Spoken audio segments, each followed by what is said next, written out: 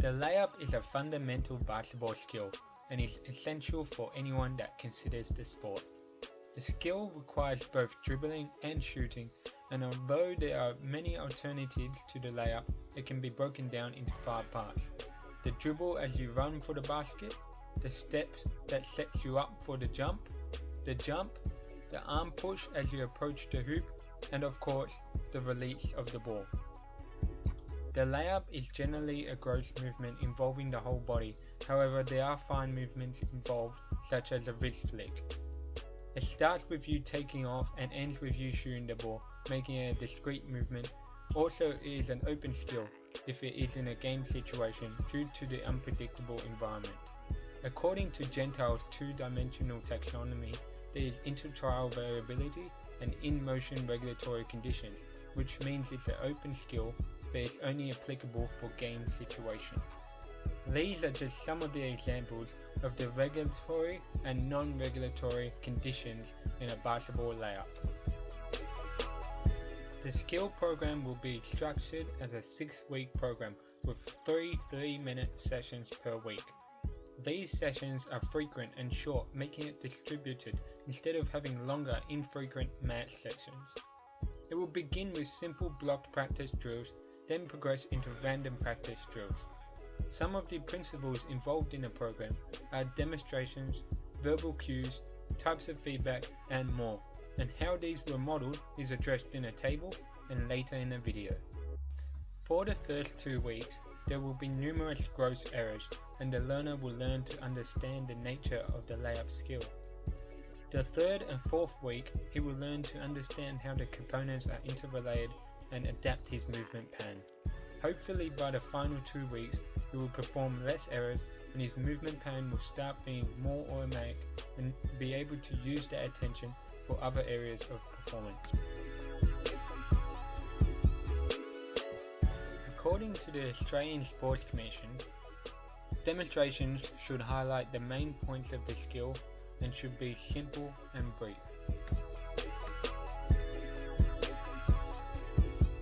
A pre and post test allows the coach to assess difference in the skill of the individual from before and after the program through qualitative and quantitative analysis.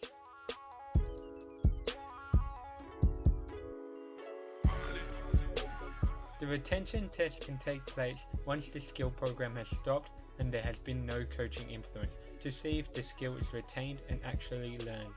Transfer test is when a condition is changed to test the adaptability of the task. The transfer test for the basketball layup is the same as the post test, however a defender is introduced to apply pressure on the performer.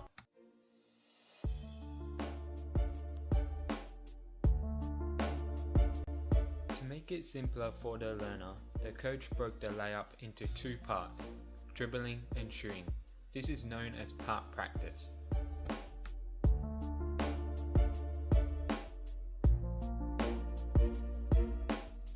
Throughout the first few weeks, feedback should be limited. It isn't introduced so that the learner doesn't have too much to think about and change their technique.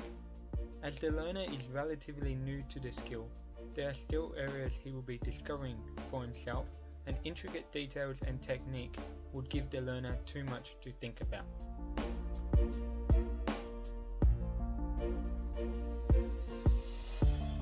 The coach should also not want the learner to heavily rely on feedback. This is known as the guidance hypothesis. Too much augmented feedback may cause a learner to develop a harmful dependency on the source of feedback.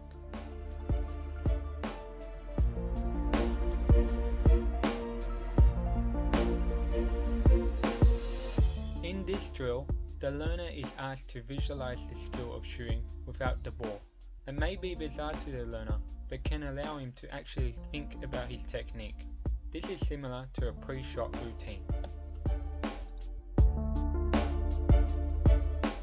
The learner is encouraged to use task intrinsic feedback throughout a program, especially when first discovering the skill. There are so many alternatives to an individual's layup. It's important that learners perform the skill how they feel comfortable and natural to them, without, of course, breaking the rules of the skill, like traveling.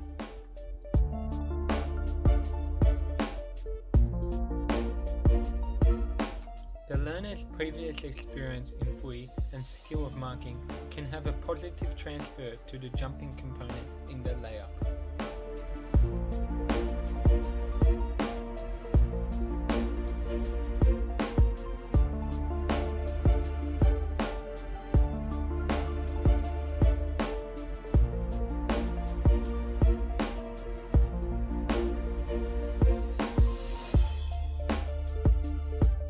Throughout a program, verbal cues should be encouraged by the coach as a brief guide to fix any bad movement. These should be introduced in the first 2 weeks and reinforced as the program developed. Some examples of verbal cues that can be used by the coach include keep ball at waist, eyes up, right knee up, bank the ball off the backboard, and eyes on basket.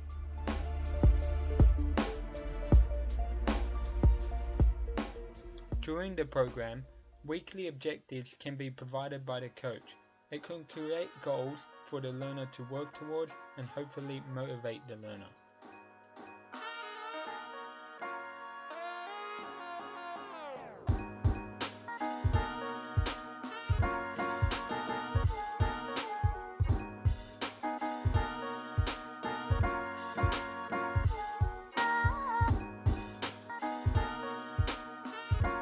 For the first 3 weeks, the drills were examples of blocked practice, rehearsal of the same skill over and over, which is very repetitive.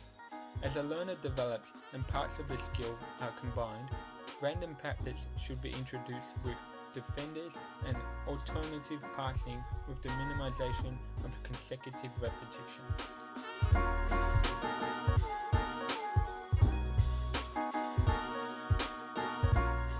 Although there were a lot of blocked practice drills, the drills weren't repeated on another day. Each day had new drills, and this is important when considering the attentional demands of the learner as well as the progression of the program.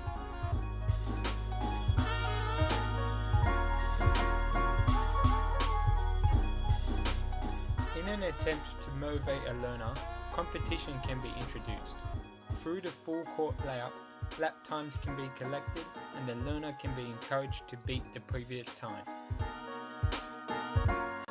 Non-regulatory conditions, such as passing and opponents, can be introduced to implement practice variability. The learner may perform more areas in the learning period, however it will increase the capacity to perform the skill in future situations. As you can see, the opponent is applying more pressure in the later drills. The learner has been able to develop the skill to a point where game-like situations can be involved in drills.